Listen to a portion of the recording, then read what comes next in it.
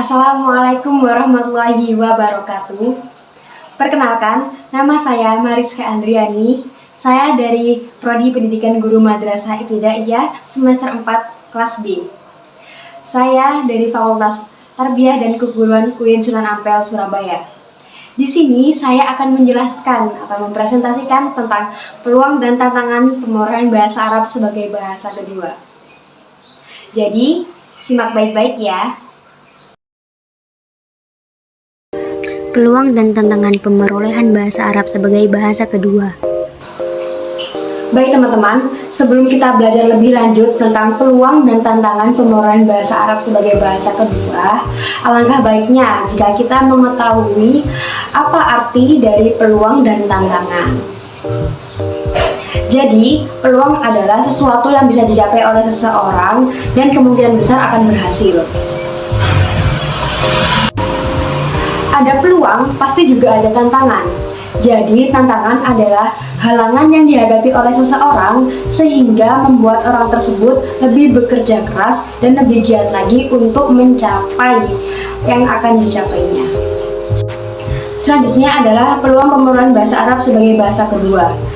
Di sini, lingkungan berbahasa merupakan peluang besar akan tercapainya pemerolehan bahasa Arab. Mengapa tersebut?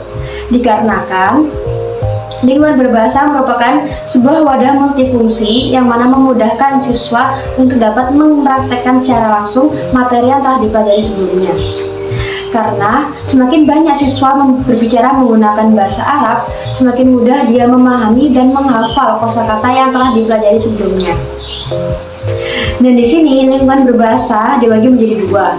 Ada lingkungan bahasa formal dan lingkungan bahasa non formal. Lingkungan bahasa formal ini terjadi secara sadar di mana siswa diberikan materi oleh guru seperti kosakata dalam bahasa Arab, sifat bahasa Arab, dan bagaimana cara mempraktekannya di kehidupan sehari-hari.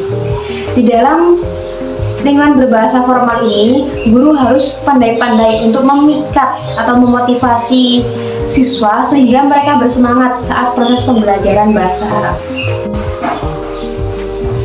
Jadi, ada 4 cara yang dapat digunakan guru untuk memotivasi siswa saat proses pembelajaran bahasa Arab. Yang pertama adalah guru dapat menyiapkan benda-benda yang memvisualkan kosakata dalam bahasa Arab. Seperti contohnya, guru akan memberikan kosakata Arab seperti kitab. Jika guru hanya menuliskannya di papan seperti kitabun artinya kitab, maka itu sangat monoton untuk anak dan mereka merasa bosan saat proses pembelajaran. Jadi, guru dapat membawa bendanya langsung.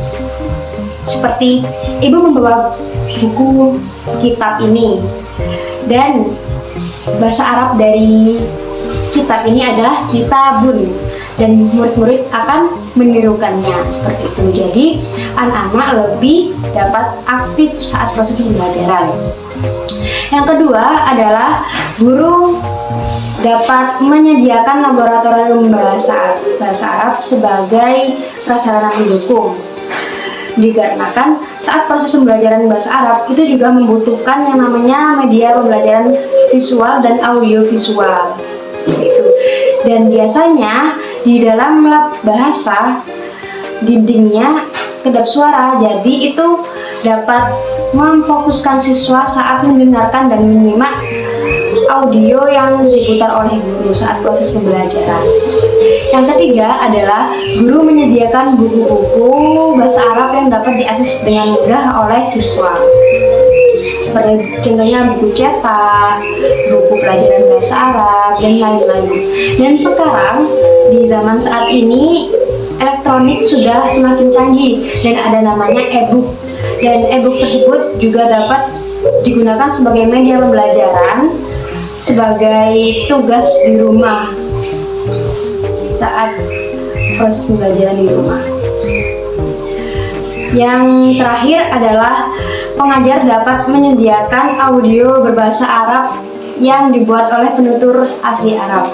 Dari situ, siswa dapat mendengarkan secara langsung bagaimana logat orang Arab kalau berbicara, bagaimana intonasi yang tepat, dan bagaimana cara pengucapan yang benar saat berbicara bahasa Arab.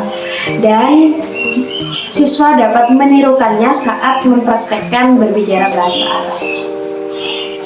Selanjutnya adalah lingkungan bahasa nonformal.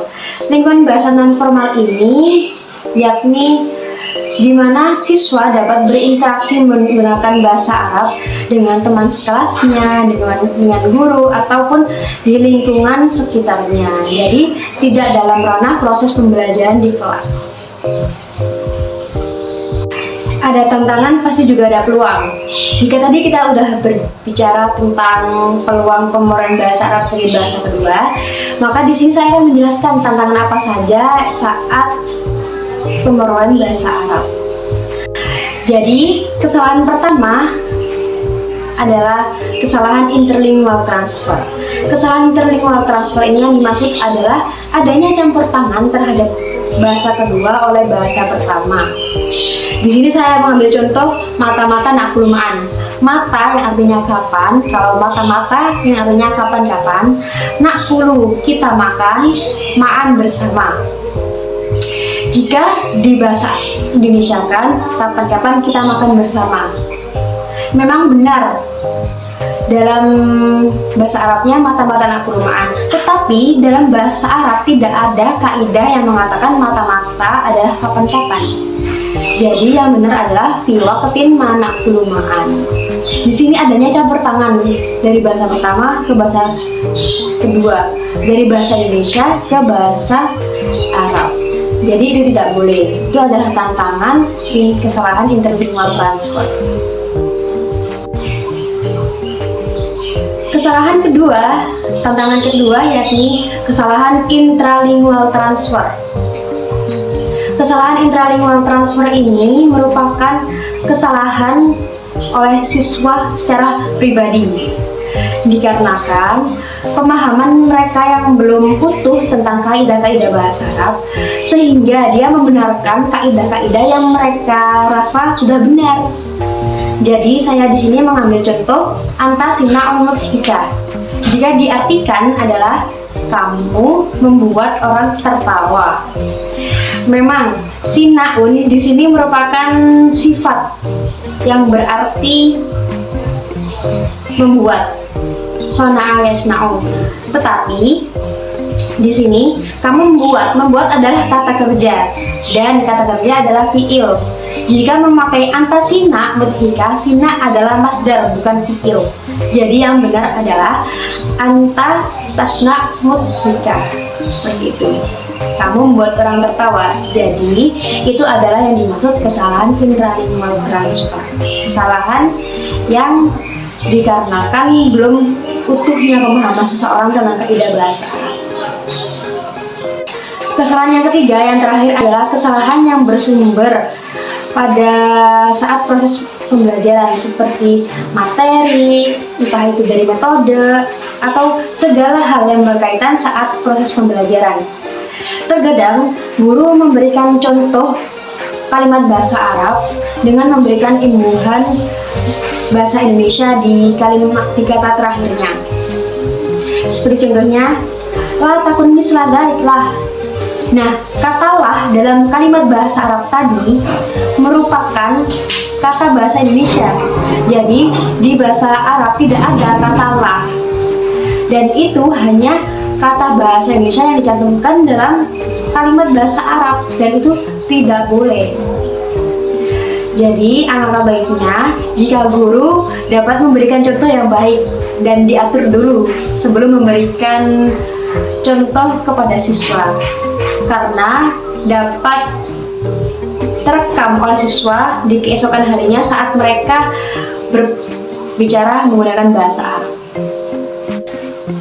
Setelah mempelajari peluang dan tantangan pemrolehan bahasa Arab sebagai bahasa kedua, di sini saya akan menjelaskan tentang faktor-faktor apa saja yang mempengaruhi pemrolehan bahasa Arab sebagai bahasa kedua sebagai materi yang akan menutup presentasi pada hari ini.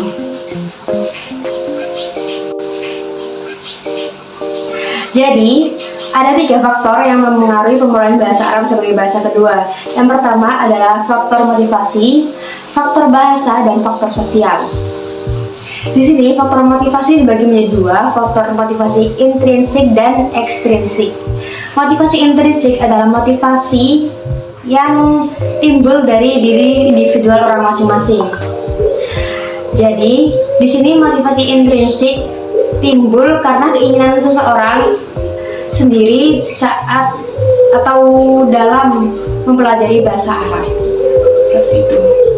Dan hal ini teruji lebih efektif saat orang belajar bahasa Arab, dikarenakan hal itu dapat meningkatkan kemampuan yang lebih cepat saat proses pembelajaran bahasa Arab.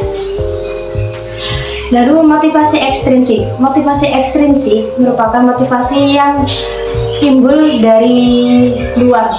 Motivasi ekstrinsik ini bisa dikarenakan adanya tuntutan sosial, tekanan sosial, ataupun karena ia ingin mengharapkan sesuatu atau imbalan. Seperti contohnya, Adi disuruh ibunya untuk belajar bahasa Arab, dan jika nilainya bagus maka ia akan mendapatkan reward HP. Maka karena ia ingin memiliki HP, dia bisa belajar bahasa Arab secara maksimal. Jadi itu yang dinamakan motivasi ekstrinsik. Lalu faktor yang kedua adalah faktor bahasa. Dalam faktor bahasa ini ada yang namanya transfer linguistik. Transfer linguistik ini terjadi apabila pengetahuan dan keterampilan bahasa pertama secara tidak sadar diterapkan terhadap bahasa kedua. Dan transfer linguistik ini terkadang dapat membantu saat proses pembelajaran bahasa Arab, tetapi juga dapat membuat kesalahan atau membingungkan ketika makna atau arti dalam bahasa pertama berbeda dengan bahasa kedua. Seperti itu. Faktor sosial ini di dalamnya ada interaksi sosial, ada dukungan sosial, seperti lingkungan dan budaya.